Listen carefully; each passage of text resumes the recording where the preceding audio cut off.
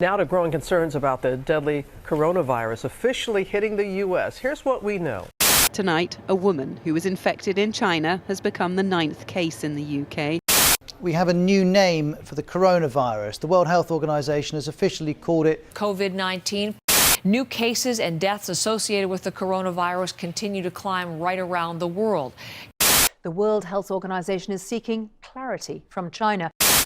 In the past 2 weeks, the number of cases of COVID-19 outside China has increased. One man isolated in his own home, treated for coronavirus, as the United States confirms its first case of the disease.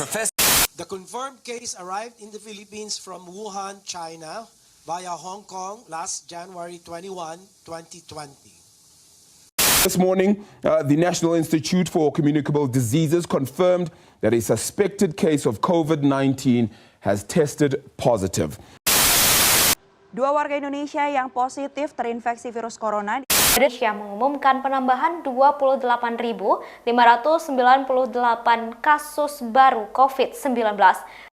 Bertambah 54.517 kasus harian ini menjadi yang tertinggi kedua di dunia. COVID-19 yang meninggal dunia mencapai 80.598 orang.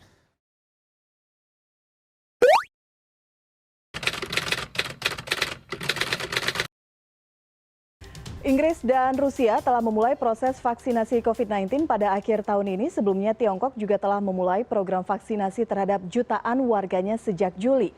Indonesia pun akan segera memulai program vaksinasi dengan prioritas pemberian vaksin bagi tenaga kesehatan dan pelayan publik. Saudara, laju percepatan vaksinasi di tanah air terus meningkat. Menteri Kesehatan Budi Gunadi Sadikin menyatakan Indonesia kini menduduki peringkat kelima dunia untuk cakupan vaksin COVID-19 dosis pertama. Nambah jumlah pembelian dosis vaksin COVID-19 ditargetkan hingga akhir tahun 2021 sebanyak 200 juta lebih warga menerima vaksin hingga dosis kedua.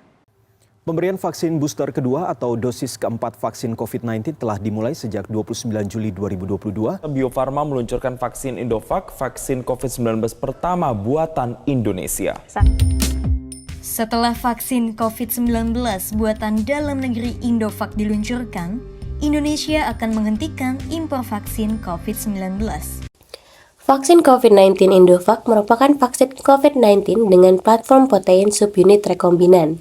Antigen yang digunakan ialah protein rekombinan reseptor binding domain atau RBD yang merupakan bagian dari virus SARS-CoV-2 dan dihasilkan pada sel inang ragi atau Pichia pastoris. Vaksin Indovac adalah vaksin COVID-19 produksi dalam negeri, yakni diproduksi oleh PT Bio Farma yang berlokasi di Bandung. Saat ini, vaksin Indovac dapat menjadi pilihan vaksinasi booster untuk masyarakat umum maupun tenaga kesehatan. Terkait ekspor, Direktur Utama PT Bio Farma Honesty Bashir mengatakan pihaknya telah berkoordinasi dengan Kementerian Luar Negeri.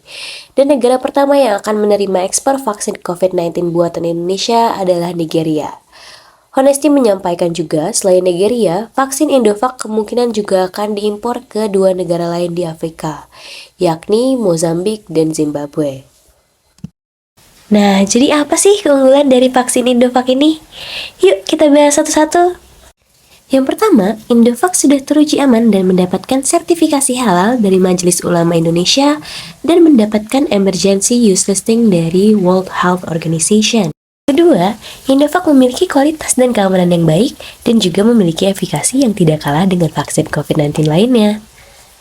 Efikasi vaksin Indovac menunjukkan angka sebesar 92,5%, yang mana merupakan angka yang tinggi bagi sebuah jenis vaksin. Untuk efek samping atau adverse events, dalam uji klinik vaksin Indovac dilaporkan umumnya bersifat ringan.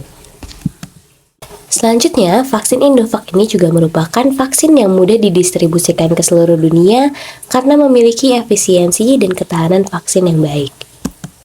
Terakhir, vaksin Indovac ini dikembangkan dengan teknologi protein rekombinan yang dapat diadaptasi dengan cepat untuk varian di masa mendatang. Diam, nggak pernah bersuara, tahu-tahu jadi Indovac.